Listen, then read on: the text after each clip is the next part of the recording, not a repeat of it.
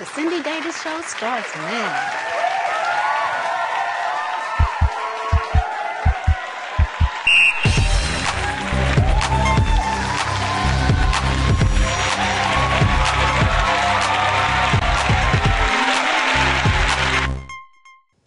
Thank you for tuning in to The Cindy Davis Show. On this special segment of Conversations with Cindy, I will be talking to one of America's beloved veterans in radio announcing. He was Houston's own radio personality and later co-hosted the Yolanda Adams Morning Show. Please welcome to the show Mr. Lawrence Jones, a.k.a. Funky Larry Jones. Welcome to the show, Larry. Hey, Miss Cindy. How you doing? I'm doing good. Thank you for coming on the show. Oh, it's my pleasure. Happy to be with you. How did you get your name, Funky Larry Jones? Funky. Who knew your name was Lawrence? Well, my mama did for sure. Of course. Back in 1989, the radio station Magic 102 had a huge promotion, and they wanted to, for that summer, be known as Houston's funk station. So, kind of my personality and very much into that genre of music, Funky Larry hit, and it kind of stuck. So Funky Larry led to Uncle Funky, which led to my mama saying, I named you Lawrence Gregory Jones. Who is Funky? Who is Uncle Funky? And who is Uncle Funky? You have no first name anymore. What happened?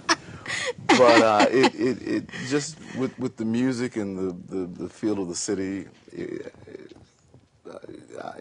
just kind of stuck. You know, program director decided he wanted to do that, and it stayed. And even to this day, I have folks still calling me Uncle Funky. Hey, Funk, how you doing? So you know, it's cool. Well, I love it. Yeah, it's all right. I love it. I think you did pretty good with that. Yes, ma'am. We had a nice I think run. you did good with that. Thank you much. Appreciate you. So how did you get started in radio? Radio was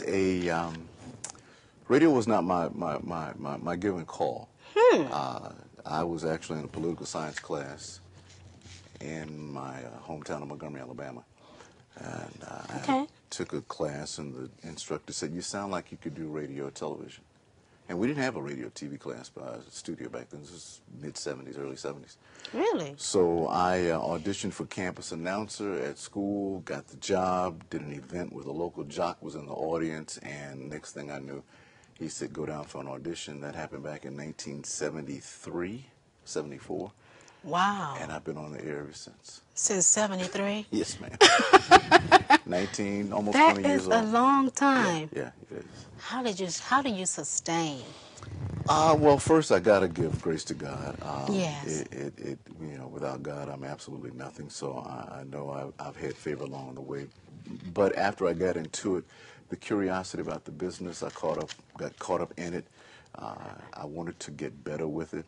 So I actually studied the craft and took some classes and took courses in speaking and production and promotion and programming, sales. So over the years, you had an opportunity to grow with the business. So you would get calls for auditions to go to various cities. So the first 20 years of my career, I was out and about all over America, worked about 17, 18 other cities. And, Awesome. Oh, yeah, yeah. And landed back in Houston in the late 80s, mid-90s, and been here ever since. Almost 16 years now. Almost 16 years. When you were announcing in secular radio, did you ever get bored with listening to the same songs every day? It's part of the job. It's a tune-out factor. Oh, There's some songs that you just, because the audience still enjoys songs way after we've played them, you kind of have to accept that as part of the job, and once you just stop liking. It's just there. It's just the next, it's just there. You just tune it out to the next widget to the next widget. So, not a full tune out, but you don't have as much emotional attachment to the song as when you first heard it and you've played it for 3 zillion times. Right. So you just kind of take that as an occupational hazard and keep going. So, you know, and the main thing, Cindy, was to take yourself out of it because the listeners wanted to hear it. So it really, it shouldn't be on me as much as serving the people that were listening to the radio. So if you want to hear that Michael Jackson song one more time, I'll play it for you one more time. Service. Yes, ma'am. Service. That's it. I did a little radio announcing back in the 90s. Okay. And, you know, we had to go by the log, and then you play the commercials, and then you go back to the radio log. And me, myself, I mean, hats off to you.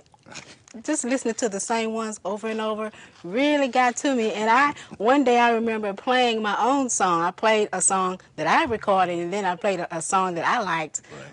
And I remember the general manager calling me and said, "Cindy, what are you doing? Why are you playing that? Get back to the log." Yeah. So, you know, just, you know, playing the same music over and over all day, every day, it seemed like that would just be a grind. It's a different mindset. Like I said, first of all, it's not you. It's the public. And It's the public. Yeah, right. It's about the public. Of the speakers. So you really have to detach yourself, your personality, your personal, away from doing that. So it's a different lifestyle. What kind of music do you like to listen to? I was kind of hoping you got at that because the stuff I like was probably none of the stuff I ever played, except for every now and then. I wondered about like that. What type of music do Funky Larry like? Well, female Anita Baker's at the top of the list. Yeah. But I also enjoy Barbra Streisand. Group-wise, there's Earth, Wind, and Fire, but I also enjoy the Beatles. Males, pick between Sam Cooke, James Brown, Johnny Taylor, but I also enjoy Frank Sinatra. So my library is as wide as you can imagine. I told folk I go from Bach to Bobby Brown. I can do that. So it's pretty much the mood.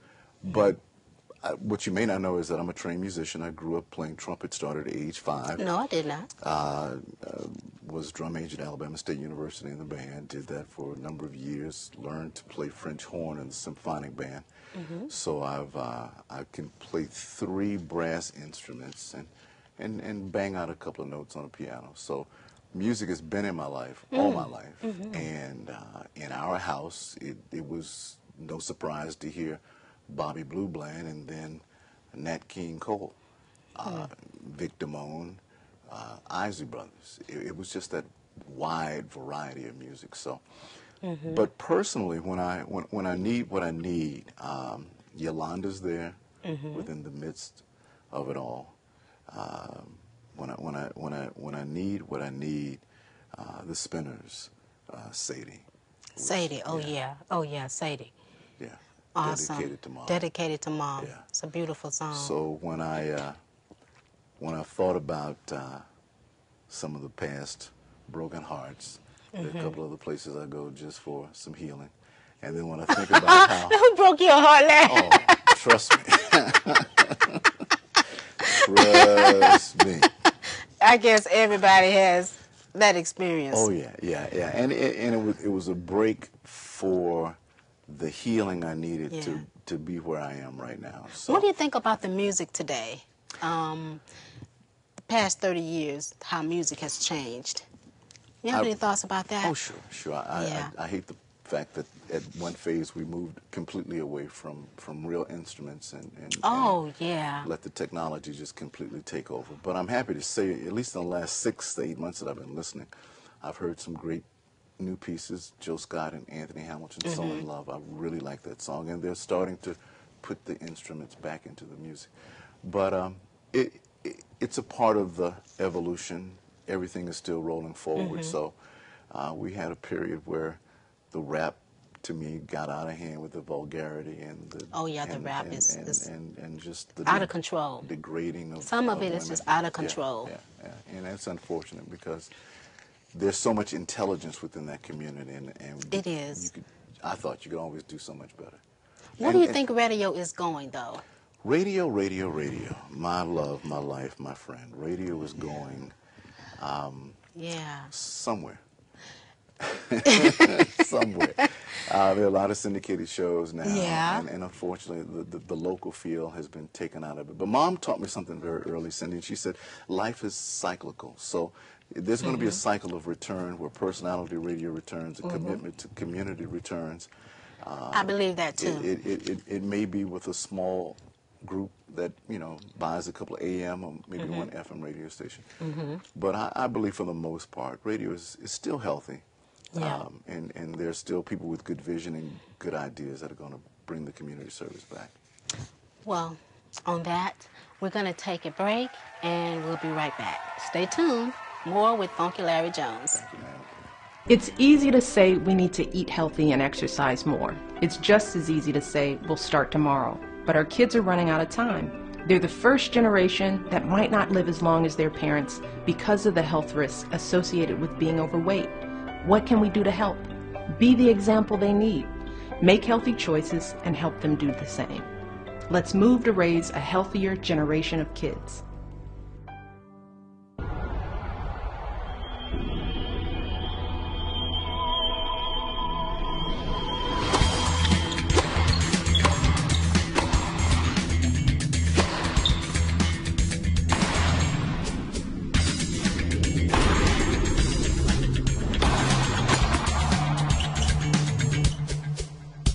Now, tennis is sized just right for kids.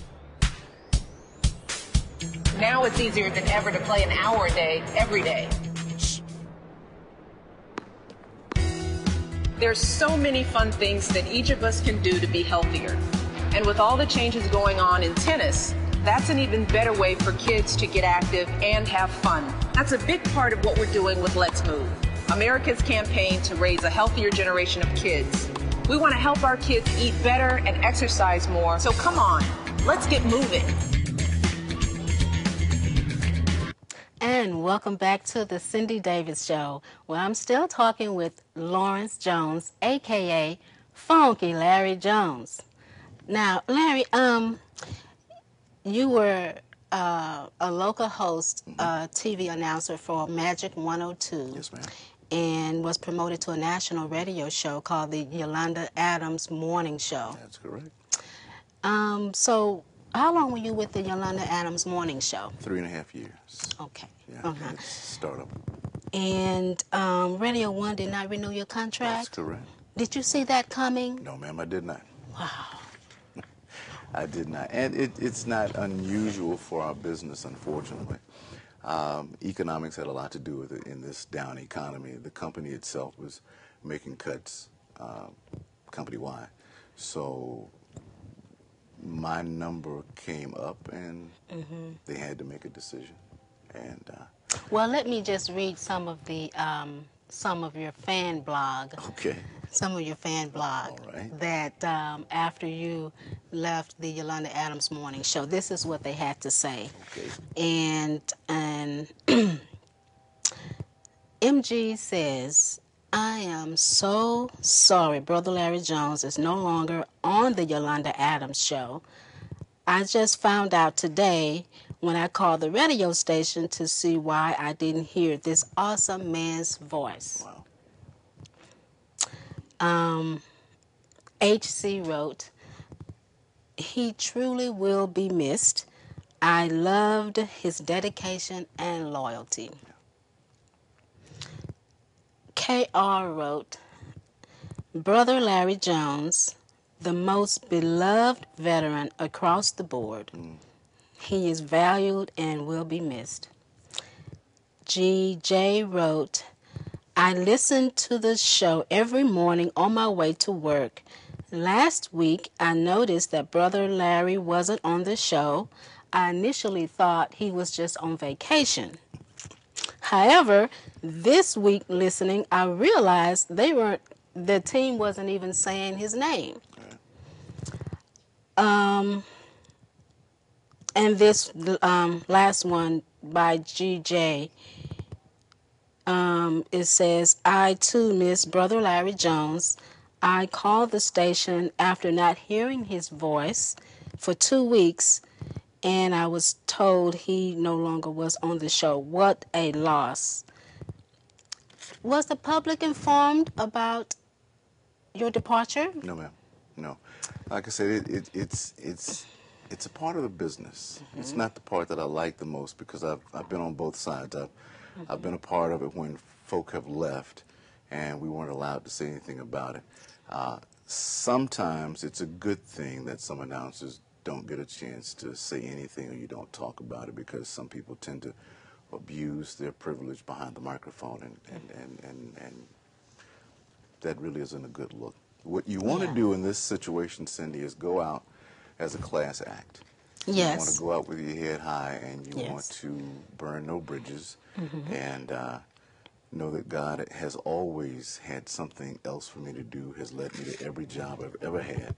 So this, to me, was just, okay, Lord, what's my next step? Where we're going next? And that's how I took it. Would I have liked to say goodbye after 17 years in a market with a nice fan base and some people I made friends with along the way? Absolutely. Yes, of course you would have. But not getting that opportunity, but still immediately going back to work in another genre told me that God has not forsaken me. And he has something else to do, and I'll get a chance to talk to nice folk like Miss Cindy Davis, be on her show, and tell folk I'm still here. I'm doing all right. He's here, fans, and he's doing all right. Yes, ma'am. He's doing all right, and I believe that God always have a plan, a better plan for us. And sometimes we don't always see it, but we just walk by faith. Absolutely. So you are now hosting a community TV program for television. What was the transition like from radio to TV? It's still scary. I have no clue what I'm doing. Are you serious? I do radio. That's all I've ever done for 38 years. Listen, you don't be behind the camera. I'm like, huh? God, no.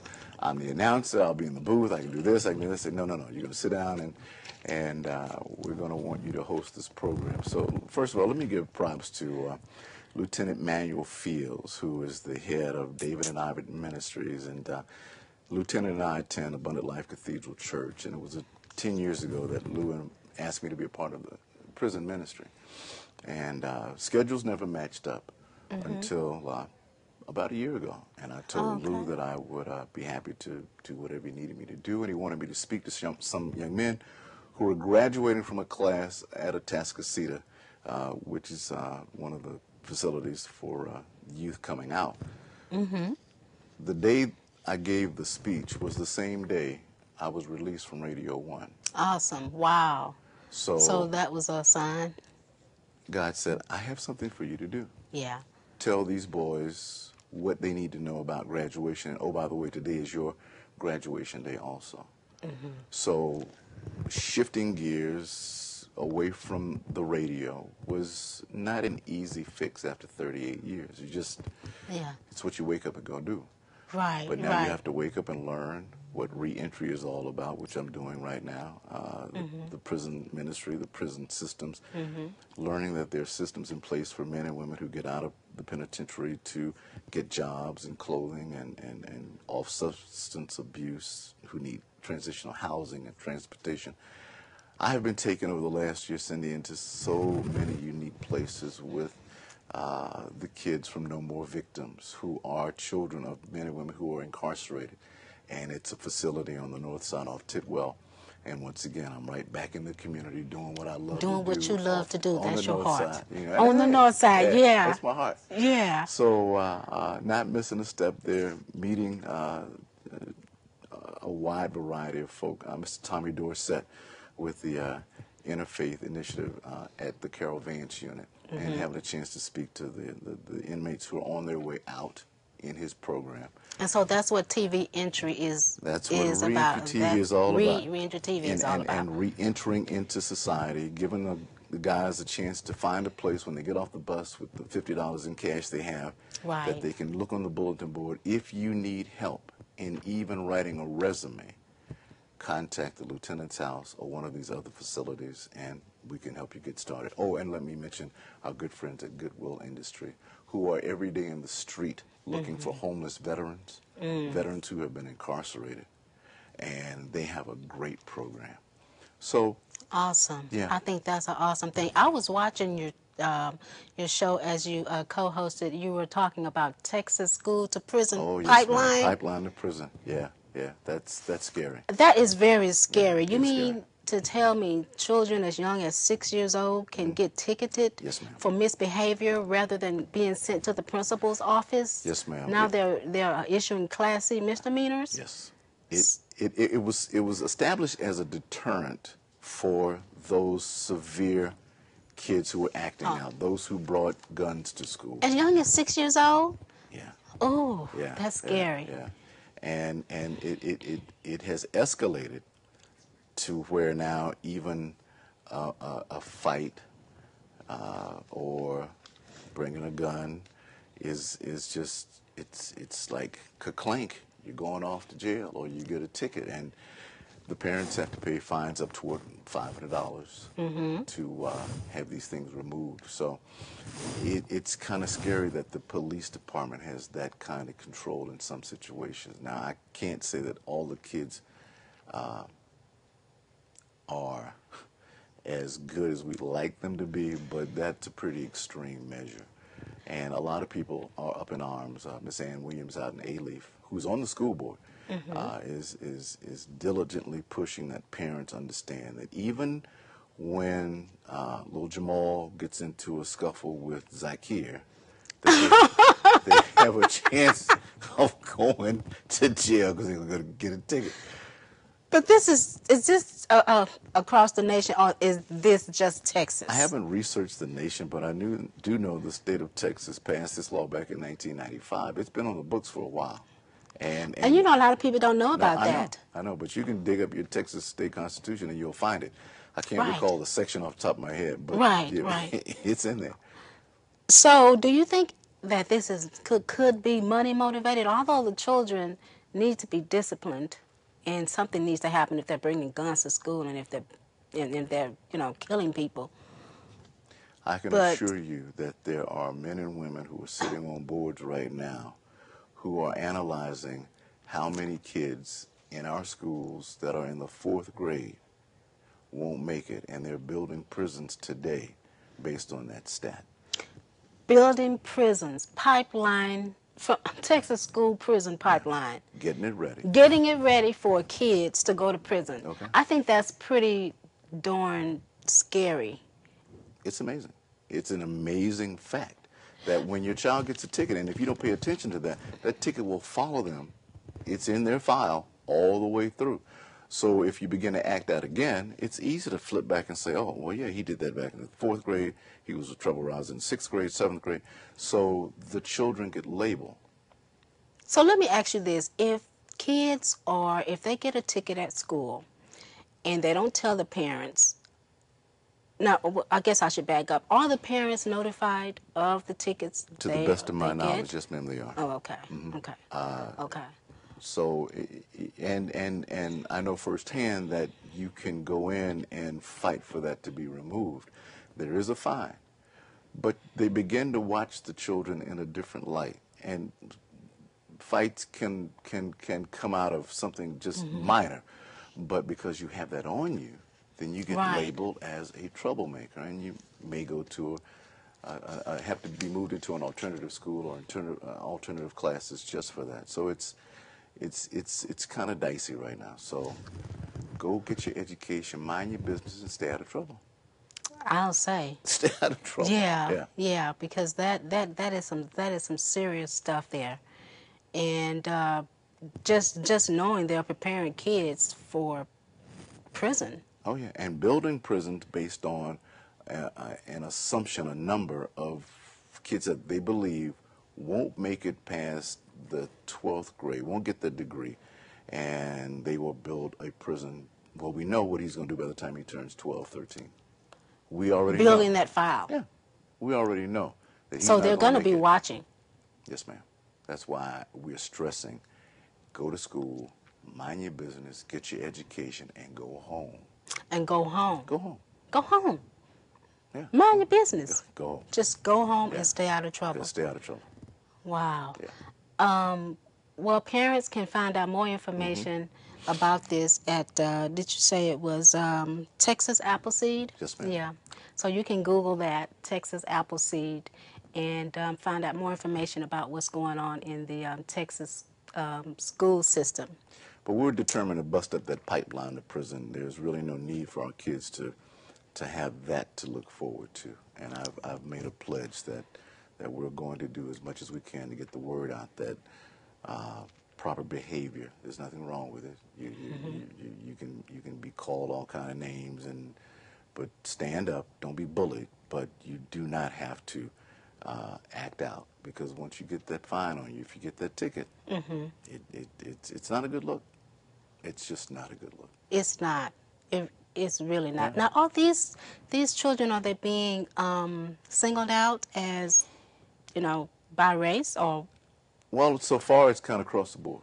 Oh, really? It's across the board. The Hispanic community is just as vulnerable as the African American community or the European community, the Asian community, and which is a huge mixture out in Alief, and that's why the parents are really, really getting involved. So I do want to applaud Alief Independent School District for taking a stand and making sure the kids just know it's a fact. Very little detention, no going to the principal's office. You're going to get a ticket. It's going to be for a real citation that your parents are going to have to pay, and this is going to be on your record. And that can be up to $500. Yes, ma'am. Wow. Yeah. Well, Lawrence, I need you to do one thing for us, for your fans. Sure. And that's do your Funky Larry Jones You are funny. thing. Do that thing that you do. Oh. Don't we miss it? You are funny. We miss it. This is Funky Larry Jones from Magic 106. Thank you for being on the show. Hey, baby. All right now. And thank you so much for tuning in to the Cindy Davis Show. Until next time, God bless.